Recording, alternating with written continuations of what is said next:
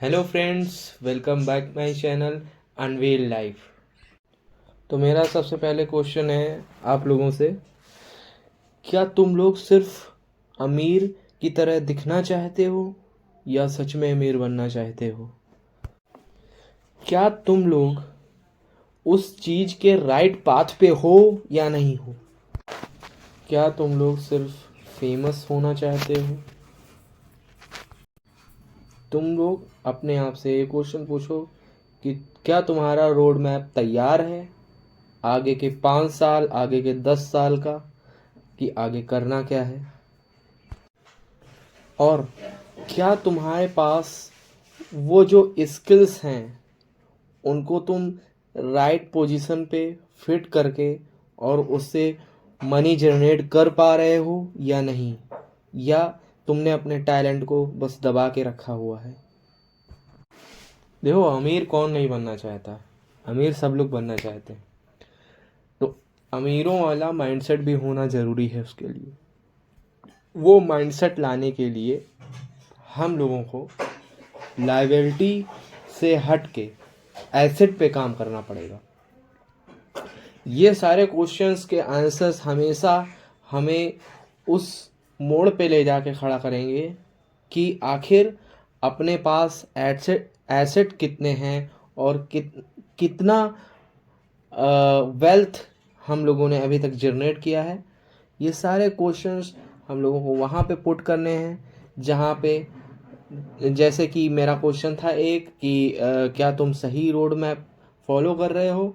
क्या तुम अपनी जो जो तुम्हारी वेल्थ है उससे तुम उसको पैसा जनरेट कर पा रहे हो?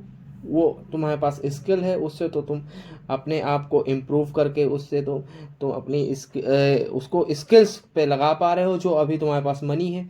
और हाँ, अगर तुम सब लोग अभी भी उसी साइकोलॉजी में पड़े रहोगे कि पढ़ेंगे, पढ़ते रहेंगे और टॉपर बनेंगे और टॉपर बन के फिर उसके बाद पैसा कमाएंगे और अमीर बनेंगे, तो ये साइकोलॉजी अब बहुत पुरानी हो गई।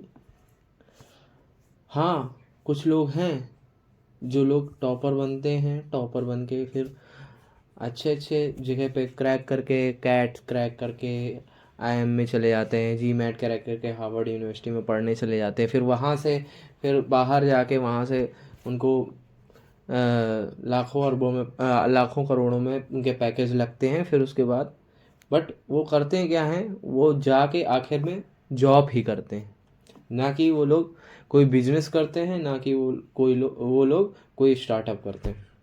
उनके पास आखिर जाके जॉब ही मिलती है।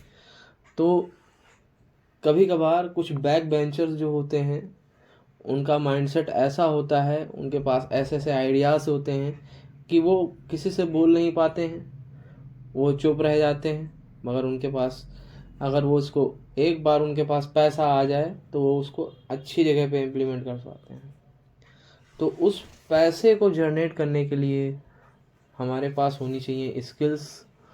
और बैक बेंचर्स हमेशा भूल जाते हैं, हमेशा एक एग्ज़ाम को पास करने के लिए उसी में लगे रह जाते हैं और ये भूल जाते हैं कि उनको स्किल्स सीखनी चाहिए।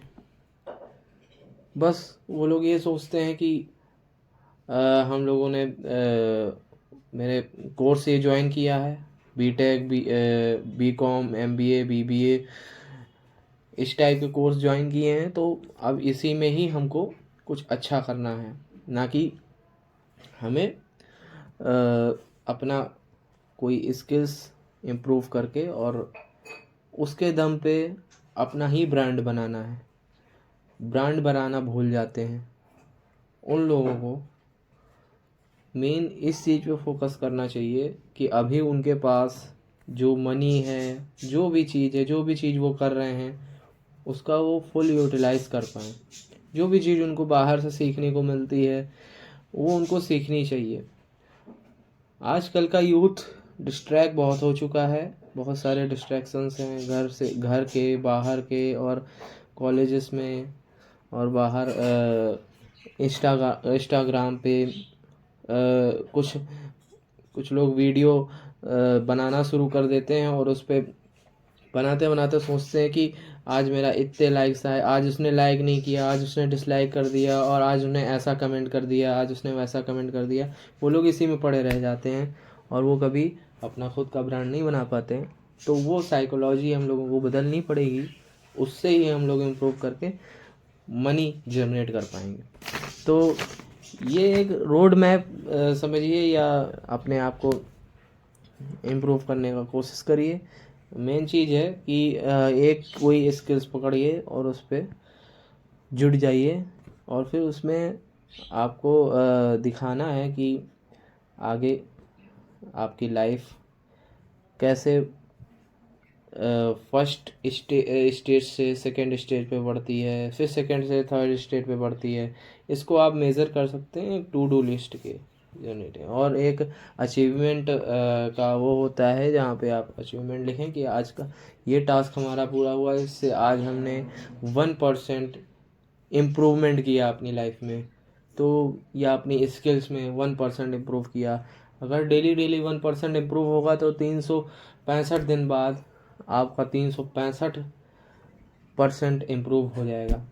तो हमेशा आपको अपने टैलेंट और अपने उसकी स्किल्स की ग्रोथ पे लगाना है, ना कि उस पे कि सोचने में कि हमारे पास पैसा नहीं है और हम ये लोग ये लोग ये यहाँ घूम रहे हैं, ये लोग वहाँ घूम रहे हैं, ये लोग क्लबिंग कर रहे हैं, ये लोग पार्टी कर रहे हैं, ये लोग मूवी देख रहे हैं और हम कुछ कर नहीं पा रहे हैं, और हमारे पास ये नहीं है, हमारे पास वो रिसोर्स नहीं है, हम ये नहीं कर सकते। मतलब एक्सक्यूज़ेस में मत फंसें और रिग्रेट में मत फंसें कि आखिर हम गवर्नमेंट जॉब करने के लिए गए और गवर्नमेंट जॉब भी नहीं निकल पाई।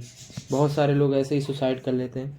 तो इन सब चीज़ों को आप अपने दिमाग से हटा दीजिए और एक चीज़ पे फोकस करिए और ये सोचिए कि आगे आपको गलतियां कम करनी है, और गलतियां होती हैं तो उससे सीखना है, ना कि ये सोचना है कि मैंने इतने दिन गवर्नमेंट जॉब की तैयारी की और उससे मेरे 2 साल या 3 साल बर्बाद हो गए और फिर उसके बाद मेरी ज़िंदगी में कुछ नहीं है, आगे कुछ बचा नहीं। तो ये नहीं सोचना है, अपना माइंडसेट चेंज करना है और हमेशा ये देखना है कि कौन सी चीज़ हम बाय करें जिससे हमारा जो लॉन्ग टर्म वैल्यू जनरेशन है वो बने।